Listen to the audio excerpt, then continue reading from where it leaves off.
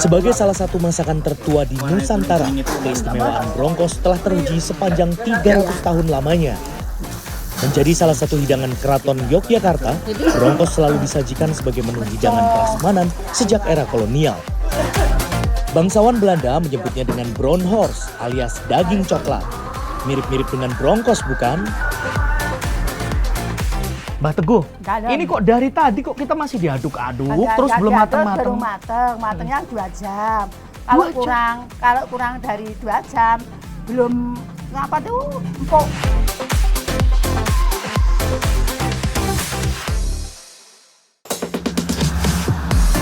Meski sering disebut mirip dengan rawon, bronkos benar-benar punya rasa yang berbeda. Perpaduan rasa manis dari gula Jawa dengan pedas alami dari cabai dan aneka rempah membuat bronkos terasa kaya ketika dikecap lidah. Salah satu warung bronkos legendaris tentu ada di Magelang, yang menu spesialnya adalah bronkos kepala sapi. Telah ada sejak 1978, Mbah Teguh yang meneruskan usaha sang ibu kini bahkan menginjak usia ke-68. Mbah sehari bisa ngabisin berapa kepala sapi, Mbah, untuk bikin bronkos? 2. Iya. Itu kalau sehari ya pasti habis. 20 kilo nanti kepala 2. 2 itu ya? Itu pasti ya? Nggak dipakai campuran lain ya? Enggak. Oke. Dari dulu ibunya saya coba kepala sapi. Meski termasuk jenis masakan tradisional, namun proses pembuatan dan komposisi rempah bronkos terbilang rumit. Salah satu rempah yang menjadi penentu rasa khas bronkos adalah pala hitam. Disinilah kekuatan rasa pedas segar alami yang menjadi kekuatan dari bronkos. Mbah Teguh, sebenarnya bronkos itu tuh makanan apa sih, Mbah? Kok kalau saya lihat kok hampir mirip rawon, sebenarnya sama atau enggak ya? Sama, tapi enggak. Nek rawon tuh pakai apa itu? Keluak. Kalau ini bronkos enggak, saya enggak pakai. Oh, Cuma gini-gini bumbunya. bumbunya ini. Iya. Tapi kok bumbunya kok banyak banget ya, Iya Mbah? banyak, kalau enggak banyak enggak enak, enggak sedap. Oh, memang Nanti kurang polonya ya enggak, yang makan ya nganu apa tuh jurat. Rasanya kok beda, Mbak. Oh, kalau kurang bumbu. Iya.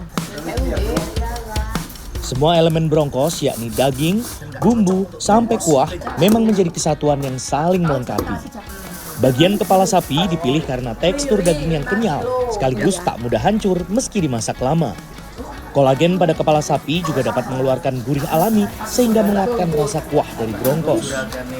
Meski begitu, hanya bagian daging yang berasal dari tetelan alias sayatan kulit kepala saja yang bisa dimasak bronkos. Bagian lainnya seperti otak dan tulangnya tidak dipakai karena alasan rasa yang tidak pas. Nah, ini campuran bumbu-bumbu rempah tadi, semua ada pala, jahe dan sebagainya, terus dicampur dengan cabai giling juga atau cabai ulek. Jadi ini sebenarnya termasuk teknik sederhana, namanya gongso. Jadi ketambahnya, semua masakan yang akan dicampurkan dengan kuah santan, itu kalau bumbunya tidak digongso katanya akan bau langu dan gak enak. Jadi gongso ini ketika campur dengan kuah santan dan daging, nanti sempurna. Bumbu gongso selanjutnya dicampur dengan potongan daging kepala sapi, lalu ditambahkan santan kelapa encer dan direbus selama kurang lebih 2 jam.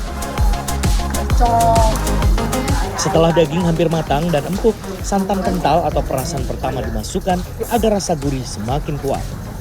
Setidaknya dibutuhkan waktu hingga 4 jam dengan santan yang terus diaduk agar tidak pecah. Mbah Teguh, ini kok dari tadi kok kita masih diaduk-aduk, terus belum mateng-mateng? Belum mateng, matengnya 2 jam. Kalau kurang dari 2 jam, belum apa tuh empuk. Oh, harus ya? Harus, nanti nggak enak. Nggak enak. Yang beli nggak mau. Nggak mau. Ini kok nggak mau, kok kasih alot gitu. Nah, kasihan yang beli.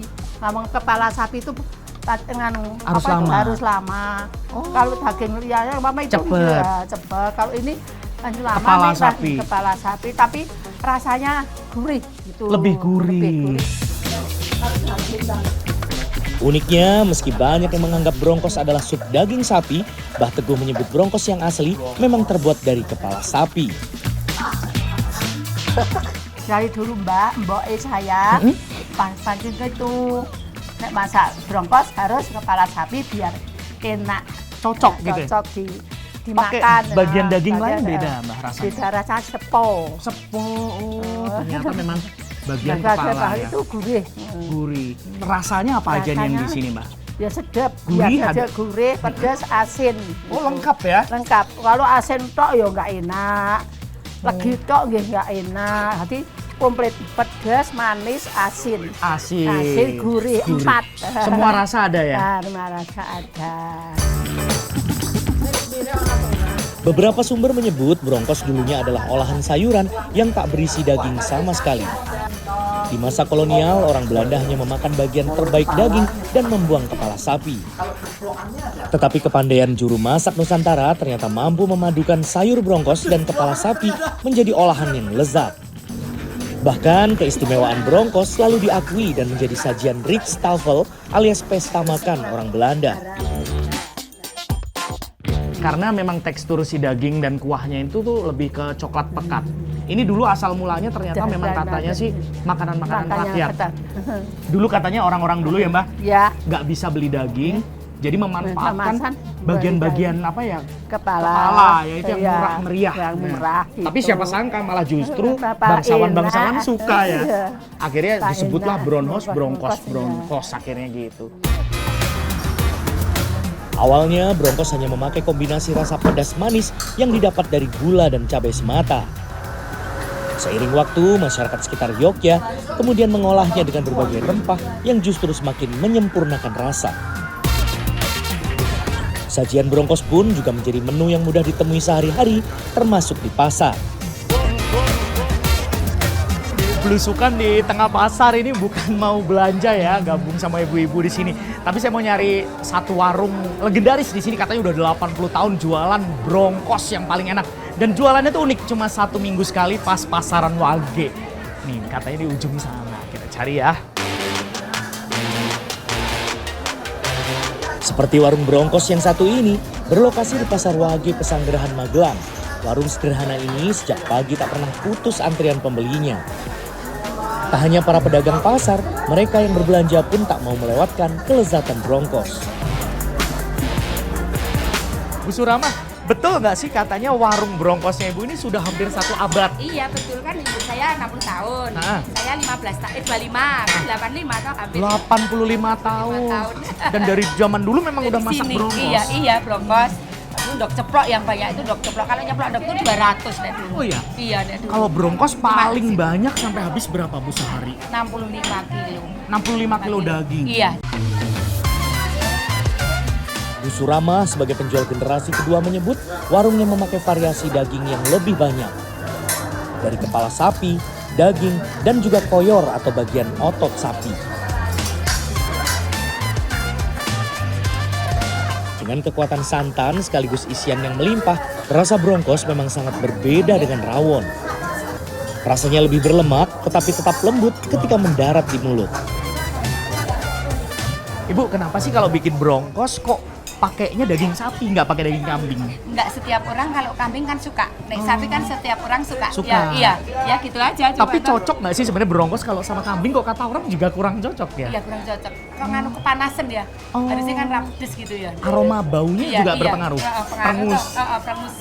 Kalau- Dimasak gitu kan banyak mericanya. Oh. Nek sama di pedes gini, nek oke mericanya kan juga ditarong gitu ya. Uniknya lagi, warung brongkos tengah pasar ini hanya buka dan berjualan seminggu sekali. Tepatnya hanya di pasaran Wage saja. Alasannya cukup sederhana, agar tidak cepat membuat orang bosan untuk mengkonsumsi brongkos buatannya. Kenapa sih kok jualannya kok pendak Wage aja ini? Kenapa tuh? Ya, Seminggu orang sekali telaten, istilahnya. nek betina enggak telaten. Nggak telaten. Dari dulu memang bukanya Wage. Iya Pak, nek simbok enggak, nek simbok sama paling kliwon dipakai. Nek simbok nek aku pakai dok, selama aku pakai dok. Iya. Paling cepet habis jam berapa? Jam 12. Jam 12. Iya, Habis jam berapa kilo tadi? 60? 65 kilo hari wakil 65 kemarin kilo. 65 kilo. Cuman Rauman itu 5 bos-bos jam. itu enggak uman tuh. Nggak kebagian ya? Nggak kebagian. Sejak 2018, brongkos khas Jogja telah resmi dicatat sebagai warisan budaya tak benda yang menguatkan statusnya sebagai ikon kuliner tradisional. Dengan isian melimpah yang juga kompleks dari daging, kacang tolo, kulit melinjo sampai koyor, brongkos memang bisa dibilang sup tradisional yang super lengkap.